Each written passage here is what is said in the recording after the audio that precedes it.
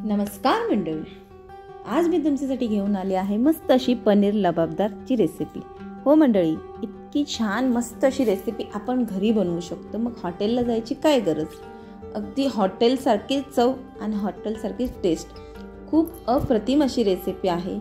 आणि सगळ्या tips and tricks follow केल्या तर ही भाजी अगदी हॉटेलपेक्षा मस्त अशी चविष्ट होते। चला तर मग मंडळी बघा, ही रेसिपी किती छान अशी मस्त पनीर दिसत आहे, बघूनच तोंडाला पाणी सुटेल, इतकी अप्रतिम आहे। हे पहा मंडळी, पनीर सुद्धा इतकं सॉफ्ट आहे, मस्तच। चला तर मग मंडळी वेळ वाया न घालवता झटपट रेसिपीला सुरुवात करूया। तर इथे मी एक पॅन घेतला आहे, त्यामध्ये 4 चमचे तेल घातलेलं आहे।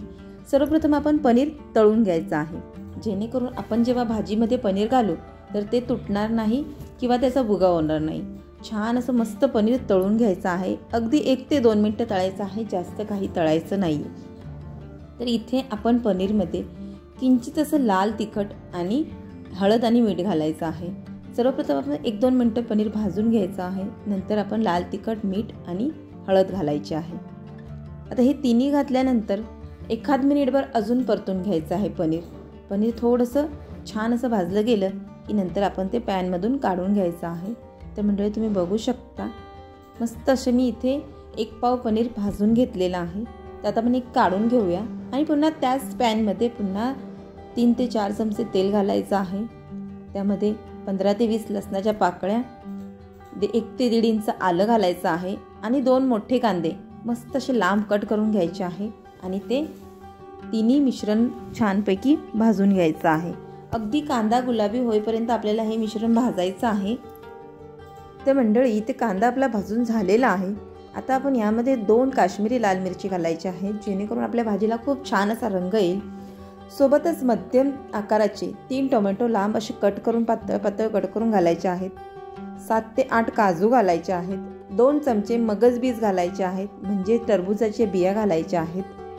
आणि सोबतच काही मसाले ह्यामध्ये घालून घ्यायचे आहेत। त्यामध्ये आहे 1 चमचा काश्मीरी लाल तिखट, 1 चमचा मीठ म्हणजे चवीनुसार मीठ घालायचं आहे आणि 1 चमचा गरम मसाला।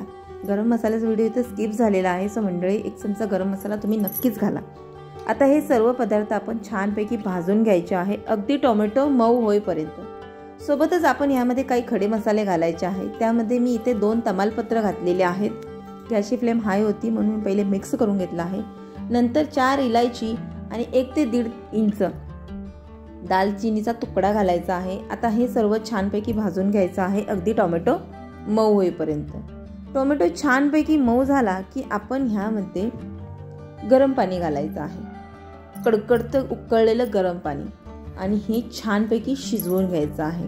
नंतर आपण ह्याची ग्रेव्ही तयार करायची। अगदी पाणी आटेपर्यंत शिजवायचं आहे, जास्त काही वेळ लागणार नाही। 3 ते 4 मिनिटात पूर्णपणे पाणी आटून होईल।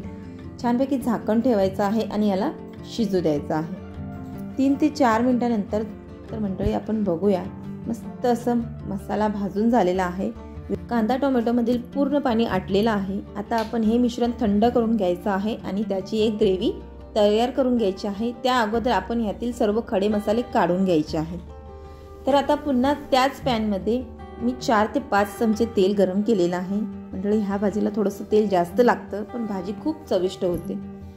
तेल गरम झालं की त्यामध्ये 1 चमचा जिरं, 1 छोटा कांदा बारीक चिरून घालायचा आहे। कांदा पूर्णपणे बारीक चिरायचा आहे, अजिबात मोठा ठेवायचा नाही। कांदा पूर्णपणे लाल होऊ द्यायचा आहे।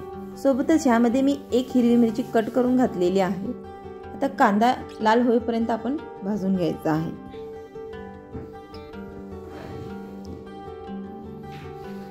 कांदा छान असा लाल झाला की आपण ह्यामध्ये 1 चमचा आलं लसूणची पेस्ट घालायची आहे। आता ही सुद्धा कांद्यासोबत छान अशी लालसर होईपर्यंत भाजून घ्यायची आहे। तर मंडळी तुम्ही बघू शकता, कांदा मी इथे पूर्णपणे लाल केलेला आहे। हे पहा मंडळी, छान असा कांदा भाजून घ्यायचा आहे। तर इथे कांदा भाजण्याकरता किंचित असं मी मीठ घातलेलं आहे। सोबतच पुन्हा एकदा मी इथे काश्मीरी लाल तिखट घातलेलं आहे, किंचित अशी हळद, अर्धा चमचा धनेपूड आणि 1 चमचा पुन्हा एकदा गरम मसाला घालायचा आहे। आता हे मसाले सुद्धा कांद्यासोबत छान असे भाजून घ्यायचे आहेत।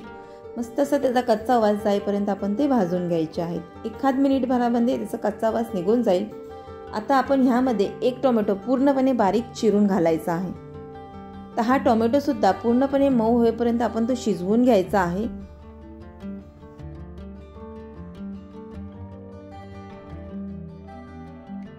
टोमॅटो पूर्णपणे शिजवून त्याला अशा प्रकारे मॅश करून घ्यायचा आहे, जेणेकरून तो भाजीत दिसणार नाही। आता इथे मी अर्धा चमचा साखर घातली आहे। अर्धा चमचा साखर अशी की ह्यामध्ये आपण टोमॅटो भरपूर घातलेले आहेत, ज्यामुळे ग्रेव्ही आंबट होऊ नये म्हणून मी इथे अर्धा चमचा साखर घातलेली आहे, जेणेकरून आपली ग्रेव्ही आंबट होणार नाही।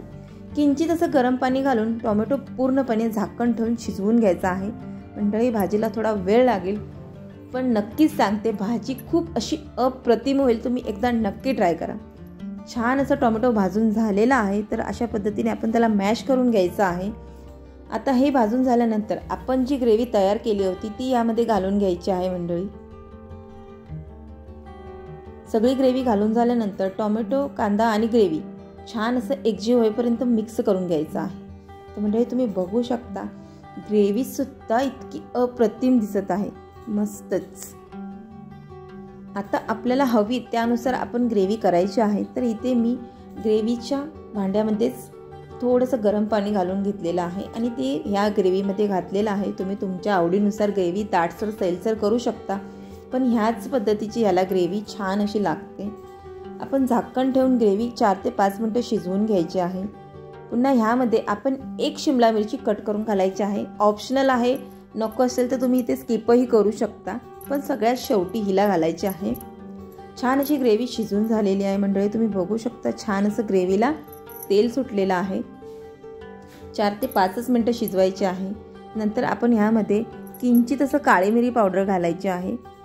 किंचित असा पुन्हा गरम मसाला घालायचा आहे। मंडळी, तुम्ही बघू शकता ह्या पद्धतीनेच आपल्याला जास्त मसाला घालायचे नाहीत। आता आपण जे पनीर भाजून घेतलेलं होतं ते यामध्ये घालून घ्यायचं आहे अशा पद्धतीने।